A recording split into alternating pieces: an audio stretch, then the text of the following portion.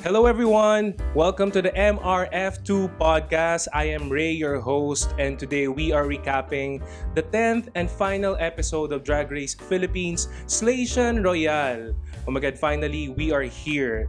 And here with us our very extra special guest. We have Miss Marga Faye, Butterfly Diva. Hello ma'am! No, I'm Emma Tiglao, Miss Grand Philippines 2025. Wait lang. Hindi ko kilala yun. I'm so sorry. Ay, okay. And we also have another Butterfly Diva here with us. And also my favorite Kesha song, Dayang. Walay. Anyway, hello ma'am. Okay. Tingnan na naman yung outfit mo. Ang ganda. Hindi ako si Daya. Sino ba? Si Nadine. Nadine Munyo. Chari. Please it. Sino na magkasabing bakla si Majin po? Gago. Oh my god, cream pie. Alright. Ayan, sige. And also, nandito rin ang ating pageant king from Nueva Vizcaya, si JR. Hi guys, it's me again, JR. Kamusta kayo? Sponsor niya. Hi guys. Okay lang naman kami, JR. Thank you for having us. Bakit parang naging may hinhin sila? Okay. Alright, so we can start talking about what happened in the 10th episode of Drag Race Philippines Slaytion Royale, no? So let's start with the grand finale runway looks of the eliminated queen. Or since masyadong madami sila, let's talk about kung sino yung favorite nyo and why. Let's start with you, Miss Marga. Runway-wise, ang favorite ko talaga, Suki Doll. Slay siya lahat doon. Makikita mo talaga na yung taste niya for fashion and all. Pero magagaling din naman yung mga Filipino queens, pero mas nag-stand out lang talaga sa runway sa akin si Suki Doll. Okay, Dayang? Definitely agree with my butterfly sister. Because for me, Suki is the runway diva of the season. But very close second si Viñas. Yung reveal sa ulo, yung walang ulo. Pero yung wig kasi parang shake and go lang siya. But overall, ayun. Okay. So Suki and Viñas. Alright, in that order. How about you, Jay? I agree with Dayang. So I also a favorite of Vinyas Deluxe. And she is always giving us extra when doing a runway. So yeah. Extra. Agree with Dayang daw. Pero not agree with Marga Faye. Ay, anong meron? 1 point kaya. Tapos na tayo. Visit. Okay, so yun yung pinaka-favorite nyo. So naglalaro lang kila tawag dito Suki Doll and Viñas, right? Okay, for me, yung overall package, si Suki Doll din. So, yeah. Okay, let's talk about Tite. Tite. Basta Tite, nagiging energetic, diba? Alright. Especially kapag matigas. Sure. Anyway. What do you think of Arizona's Tite talent performance? Gusto mo yung dumiretso ako doon. Anyway, Marga. Well, pwede mo na hawakan. Ay, kakala ko si pageant. Di ba sa pageant, hinahawakan ng host yung mic? Okay, kay Arizona, siya, ako I like it. Very energetic. Tsaka gusto ko yun talagang ni-represent niya talaga yung mga local drag. Siyempre, part tayo ng local drag. Yeah, local drag. Charat! Gago! Okay, at tsaka tsaka pa yan? Si Arizona, bata pala ako napapanood ko na Arizona Baliena pa siya. 500 pa yung TF niya, napapanood ko na siya. Baka nga mas mababa pa yung TF niya dati. Kaya enjoy ako sa performance. Siya deserve niyang makuha rin siguro yung crown. Pero tingnan natin. Parang di nyo naman alam kung sino nanalo. Ikaw kumpare, sinong gusto mong Alam mo kasi pre. Sino ko comment niya? Hindi, ako, Arizona. Yes, Arizona. her tita is so amazing. Ay. Yes. Sobrang unhinged niya, yung humor niya. Yun yung kuwang-kuwa ko ng ganong humor eh. Yung parang no fucks given. Yun yung gusto ko. Yun yung second favorite ko. About niya yung first. About yung performance ni Arizona, I like that she incorporated yung Filipino culture and her branding doon sa talent niya. And grabe, napakataba ng utak niya dun sa pandango sa alak. Akala ko kandila yun at first. For the whole performance, nakanganga lang ako at nakangiti. Paninga nga. Sige na, din na. Yung taba ba ng utak kasing laki ng ganito? Charot. Ako naman nakala ko, kinabahan ako kasi akala mo napakataba ng tite ni Arizona yung gusto mong sabihin. Pero, up pa rin naman kasi tite performance, right? Okay. What? Over the tite. Tite performance. May masabi na lang, nakakainis. So, meron tayong 4 na tite na nakita sa Drag Race. Tite performance. Muna Arizona, titi na Arizona. Yes. And Titi ni... tite ni, ano yun, magandang segue. Tite ni Brigading. Hindi, star. Natatawa ko. Sana mapanood nila to, no? Mapakita talaga nila yung top 4 mga tite nila. Tite nila. Okay, kay Brigading, nung nakita ko yung performance, sabi ko, ay, ito yung mga tipong pwedeng performance sa racket. Yung talagang mapataas yung energy ng bar. Kasi, doon mo na talaga na-stabilize ni Brigading yung brand niya talaga. Na superstar, showgirl. Para di kayo masaya. Let's go. Kaya Brigading, like mo to, comment mo to, mag-guest ka dito. Yung performance niya is very quintessential drag, no? Yung lip-sync performance na dance. Quintessential! Hindi naman mas-spell, di ba? Ayun, so... Super kita ko na parang, ay, ito yung Brigading na gusto ko na makita dati. Ito na siya. She's here! Akala mo sinong judge ako, no? I want you in my team, gano'n. The Voice. Parang na-imagine ko nakamukha ako si Brigading, mga putang. Ay, sorry. Ba't bigyan ka na punta doon? Parang ayaw mo ba kamukha si Brigading? Okay naman. Gusto ko yung yung body tooth niya. So, I think it's her asset. Napaka-specific. Hindi ko napapansin yung ngipin niya. Gusto ko yung bunny tooth niya. So, Hindi napansin mo. yeah, so I think on her tite performance, she shows how superstar she is, and it's she's the standard of a drag performance. Okay. Alam niyo, parang yung dalawa, parang iba yung sinabi niyo kanina sa akin. Hindi, charing lang. Hindi, gago joke lang. They really, like Brigading's performance so much. Ayun. Brigading's performance.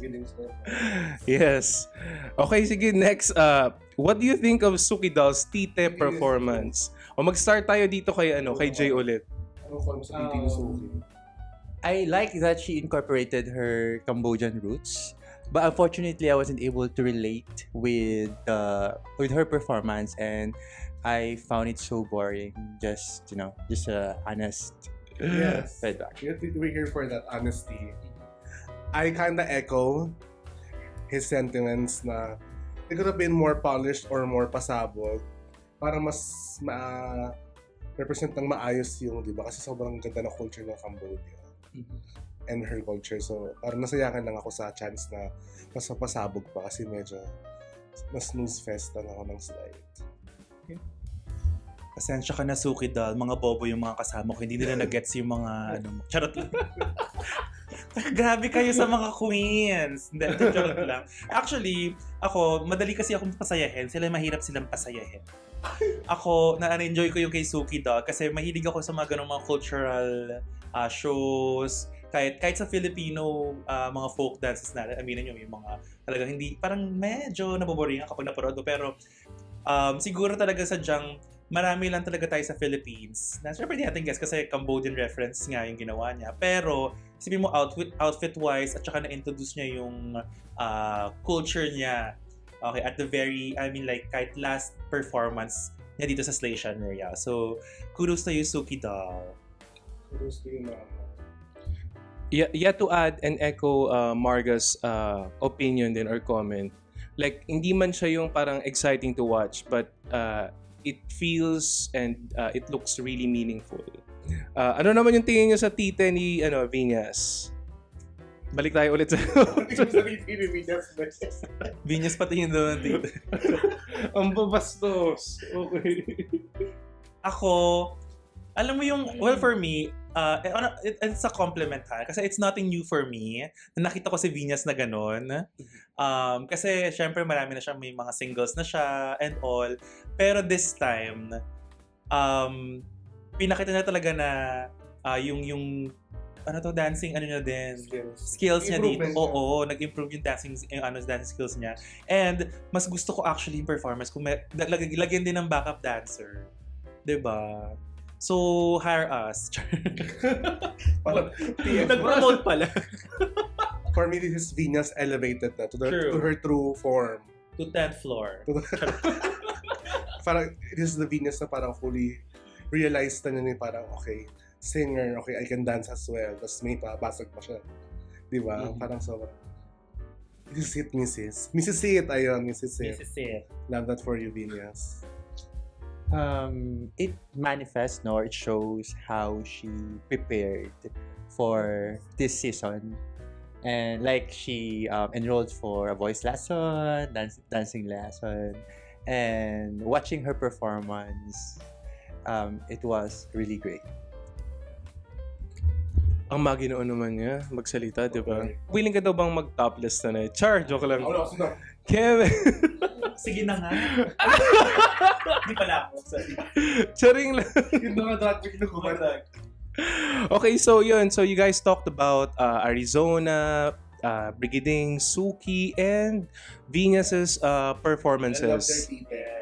Ang gagaling ng mga tite nila. No? Palakpakan natin ang mga titi ng Slation Royal Top. Yes, sobrang amazing. Explosive yung mga tite. Parang lahat ducks, no? That's I mean, talent. Ang talent, yes. Ang Exactly. level ng performance. Yes. Mhm. Before parang Mama Pao announced yung top 2 niya sa whole season, dun sa tite performances, meron ba kayong favorite? Sino yung favorite niyo there? Napatigil ako kasi patay si Venus tsaka si Brigitte for me. Yung sa talent performance. Yun lang. Okay. For me, nahirapan ako. Pero sabi ko, di ba kanina, number 1 ko si Arizona. Kasi unhinged. Number 2 si Venus. Okay. Yeah, so I definitely agree with Dayang. Number 1 ko si Arizona Brandy as well. And yung second ko for my top 2 based from the tite performance, it's Venus. Ay, meron ako request. Alam mo, ang hinihintay ko na tite ni Madam Yoko. Ba't di pinakita? Yung performance kasi. Ito naman. Ba't ka nag-zero in kay Madam Yoko? Parang feeling ko marami pa siya ipapakitang tite. Ilan mo titi niya? Feeling ko type mo lang yung mga daddy like Kids siya people like Madam Yoko. Oh, kids out of that. Yeah, so edit natin yung slation. Ulitin natin from episode 1. Switch yung elimination. Switch na. Si Madam Yoko pala natin. Visit. Okay, sige, ano yan? Okay, so the Slation top 4 went on stage to talk to their younger selves. The younger Kennedys. Kanino kayo pinaka na-touch dun? Ako kay Venus. Kasi parang storya to ng maraming bakla sa Pilipinas. Pero hindi ko sinabing storya ko rin yun. Baka sa inyo. Baka sa kanila. Charas. Ayun. Tsaka actually, ang hinahanap ko pa doon, usually kasi sa US seasons, parang moment mo rin yan para mapatawa si RuPaul. Pero nung sabi ko, ay, seryoso lahat? Ano ba yan? Next na nga. Kasi kung mag-Pilipinas, wala naging series yung sa Pilipinas. Cryfest. Pero nakalita ko kay Venus, yung parang yung mga mahal mo sa buhay, parang ayaw nila maging patin ka. Di dahil homophobic sila, kundi dahil takot sila masaktan ka. Which is the truth for Kaya most naku kids. kaya. Support lang ka ng nanay ko. Ano yan? Holder ka sa telemark. Oo nga. Para sa jeepney. Nagulat ako ba't may lumabas pa. Oo, ayun. Pero Venus, sa touch ako. It was heartwarming to know that Asoki Doll's mother was the first one who dressed her up. So I think it's Asoki Doll for me. Yung Q2, nag-ano siya, Cambodia. Yung Cambodia ano siya. Si Suki Doll. Cambodian siya. Oo, nag-French na Cambodian, di ba? Okay, so, alright. So, did you agree with the top two, si Brigading at Viñas? Yes! Siya muna. Ay, sobrang strong ng conviction niya. O sige, paliwanag mo. Ako muna. Yes, kasi sa institution talaga ng drag, yan, lalo si Brigading, isa na sa pinakamatagal, at saka alam mo yung marami na rin, ano mo yung influence niya rin sa mga baby drag queens ngayon, and si Venus Deluxe.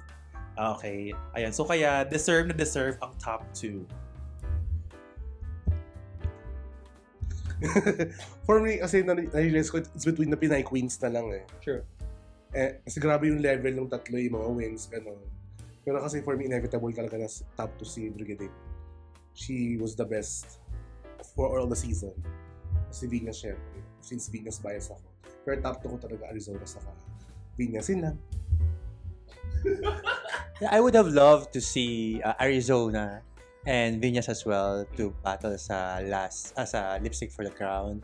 Kasi if only hindi nag-malfunction yung mga damit ni Arizona, hindi siya nahirapan ganun yung yellow runway niya, and Alam mo, nag-flex ka lang eh. and mas kabog pa sana yung first look niya, no? Yeah, it would have been Arizona and Venus, but based from the total performance, yeah, overall it's Brigading and Venus. Deserve naman. Deserving. Okay, deserve naman nga, pero gusto ko sana makita si Arizona there. Pero that's just me. Anyway. Sana si Arizona, sana yung binok mo sa vlog na to. Wala akong pera pa. Arizona, charing. Nakuha mo naman si Mama Didi, tsaka si Zahara. Well, Tsaka si Mansa. Ayun, Mansa. Salmonella. And kayong dalawa, ano ba? Ay, ba? Dyan lang kami sa kabilang unit. Tumutok ko lang eh. Yung proximity pala. Anyway, yeah, okay. So, personally, who did you think won the lip sync for the crown? Fair ba na binigay kay Brigading? And assessment nyo dun sa performance ng dalawa if you wanna, break it down. Break it down. Break it down. Break it down. Break it down, Brigading one, hands down. Kainis! Go. Kasi, klaro, sa Brigading, nag-goosebumps ako yung nilabas niya yung flag, goosebumps na parang, ako na to. Piling ko yun yung flag ng bansa mo. Finish? Yung flag kanina. Ano ba yun? Ano ba yan? Yung risk na Sige, wag na edit na lang. Ano ba yun? Wala yung punchline ko sa'yo. Okay, go. Go lang. Sorry na, Bobo. Ayan. Hands down, Brigading won that. Ang linis eh. Masaya ka lang ako sa reveal ni Mrs. na parang, di ba veins ba yun? Sa lyrics. Tapos dapat di mo dudugo. Tapos nangyari na tapon na lang sa likod. So, feeling ko yung deciding factor then. Kasi for me sa tattoo na hindi both had an equal chance of winning eh. Kaso nag-malfunction yung reveal ni Mrs. And then, sobrang dami rin naman kasi wins na Brigading. She excelled even sa runway. So, she deserved. Venus is always giving us like a different kind of lip sync. The way she uses her lips, so smart. But Smart din ang kumamit. but if only, I agree with Dayang. If only hindi nag-malfunction and nag-work sana yung pasabog, yung reveal ni Venus. I would like to see Venus to wear the crown, but Brigading has the most polished, most calculated, and most clean, I guess, na performance. Okay. Ginawa mo namang calculator si Mathematics. Calculator. Ayun. Ako Brigading talaga. Kahit makita ko na kung nagkaroon man lang, kung nag-malfunction man yung mga reveals, for me, movement-wise, face interpretation of the song Born to Do Drag, I really do agree that Brigading is also born to do drag and born to win Slation Royale. Kasi ako lang yung team Brigading dito eh. Oo, kasi... Inisplok! Oo, hindi. Islook na natin sa mga viewers. Mga Team Arizona kasi kayo. Tama. Hindi nga ako. Tingnan mo naman si Dayang mo yung wig.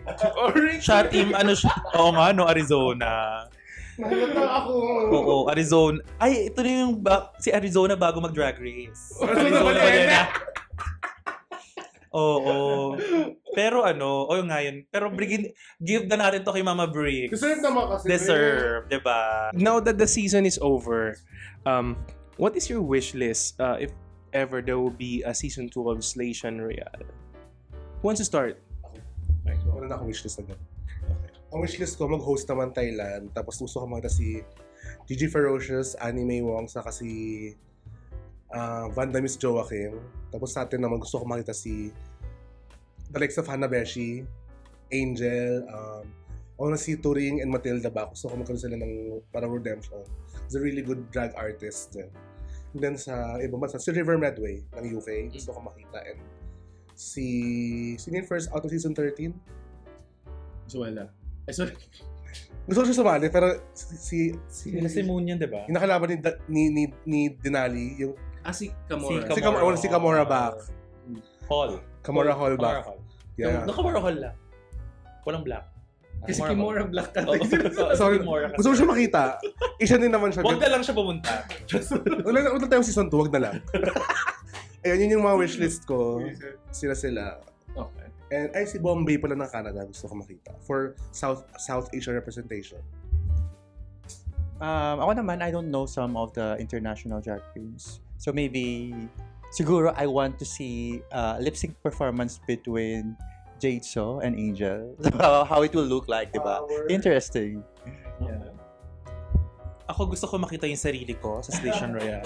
Ay, actually. Oo nga, no? May possibility nga naman, no? Kapag sumali ka nga naman ng regular season, no? Pero syempre, paano pag napanalo na yung regular season? Hindi gusto ko Station Royale ako agad. Pwede ba yun? I-all-stars na lang kaya ako agad sa US. Kasi all-star. Uy, agad! And then, May exception. well, syempre, isa yun sa mga dream din naman ng mga drag queen. Syempre ako, honestly, dream ko rin mapanood sa Drag Race and all. And ako siguro, ang gusto ko na lang sa Station Royale na makita, yung mga iconic na Filipino na mag-judge. Like, Meme Vice, sino ba? Sarah Geronimo. Sara Dute. Ay, sorry. Iconic in a bad way yun. Sarah Dute, wag nyo ikakat yun. Para Hindi kasi yung na-snatch game nga naman na, di ba? Totoo. Oo, di ba? Mali mo, ma-enjoy ni Inday yung show. Tsaka Dayang, okay lang, hindi ka naman i-judge sa political beliefs mo. May kulin na ito. Oo nga. Tsaka, ayan. Oo nga, parang Cynthia Villar sa taas pero Lenny Robredo sa baba. Ayun. Yun nga, yung mga guest judges na mga icon. Though si Marisa Soriano, Vilma Santos, mga gano'n. Michael V din. Charo Santos. Lahat na isama nyo na. Isali nila sa Drag Race si Charo Santos. Diba? So, yun yung mga gusto ko makita. Tsaka sa mga iconic din na Asian artist natin. So, ilabas yung si Cardcaptor Sakura, mga Pokemon, mga gano'n. Oo, yung mga gano'n. Ganun, Okay, gets. parang wali yun. Hindi, wait lang, Yung mga iconic references ng Asian references. Okay. Alright. Pwede rin Bollywood, di ba? Kung may Indian tayo. Gets kasi, okay. Hindi pa ako nag-umubod sa Cardcaptor Sakura. Nasa ka doon. Nastuck ako doon. Sige, wings lang. Pero iconic nga naman. Diba? Cartoons yung ano mo. Ano lang, may naman kakaroon ng Drag Race Japan. Ay, oo. Di ba? How about dun kayo sumali? Willing kayo? Ako sa Drag Race, Espanya ako sasali. Kasi UST grad ako. Galing Espanya, okay. Sige. Ganda ng joke na yun. What if sa isang season kayo masali? How will you tackle yung show? Nangunguha na ng mic. Ito, kulang ng seasoning. Kulang pa ng, kailangan paprituhin para yung taba mag-render. Oo, tsaka lalagyan mo ng maraming bawang. Ay, kami sa mga, let's see. Diba? Hopefully, makasali. And I'm not closing my doors. I hope Drag Race will not close their doors. Sana wag muna. Because, paano tayo makapasok, di ba? So, If they close the May door. deserving ng mga icons naman pumasok sila. Eva Papaya. Oo. Letlet Baltasar. Yun, icons yun. Ang dami. Rufa, ha? Bilang judge, pero bilang contestant. Rufa Mikito. Dito yung face sounds familiar. Oo, Rufa B. Rampa. Ito naman parang Ethel Buba. Judge, and then Buba actually. Yun. pwede. Wait lang, hindi na ba cancelled si Ethel Buba? Or we don't care about that? Ay, hindi naman. So, wala na yun. Ayaw lang niya talaga mag-showbiz. Okay. And with that, partner, yeah. And with that, I think we can finally wrap this show up, no? Na wala ka kwenta-kwentang wrap-up na yun. Ano si-review natin ngayon? Kung saan tayo napunta. Tawanan tayo. Parang ang dami nating sinabi, but at the same time, we didn't really say anything. Okay, so once again, let's give a round of applause to our guest. I want to thank you guys so much. I mean, thank you folks so much for guesting and being here with me hosting the show. Okay? All right. So, yeah, mag-curtain call na kayo isa-isa kung ano man gusto mong close. And ayun, so thank you very much, Medium Effort, for having us, for having me also for episodes. Ayan, and it's a great opportunity, my first podcast, first vlog appearance, and I hope mag-guest ulit. And feel free to follow me and my socials. It's Margafe in at X and in Instagram. Ayan, and then TikTok. Yeah, thank you for having me again. Medium effort to, as always, as your drag connoisseur. Yes, binalik doon sa luma dati. Anyway, ayun. Please follow me. Search nyo lang Dayang. At tamad ako magsabi ng music. Dayang Hans, ganun. Tadamat. God bless. Thank you, MRF2. Also Ray for giving me a chance to experience. Experience what? Experience being in a podcast. So it's a Ito naman, Di ba tapos? So ayun, and I hope you guys, whoever's watching, let's support this drag queens right here. Ayun. And also yung mga people who became part of this show na wala tonight. John, our co-host, na naging busy sa life, sa work. So hopefully he will be back in the next iteration of this Drag Race podcast. And also Zahira Zapanta from Drag Race UK Season 6, Didi Marie Holiday from Drag Race Philippines Season 2, Manza, and Salmonella. I think wala naman akong nakakalimutan. Maganda ka sana mo yun. Karatasan. Galit na ka-irita. Anyway, yeah, so and this is Ray, your host, and this is the MRF2 podcast. So, bye guys. Till the next Bye. season.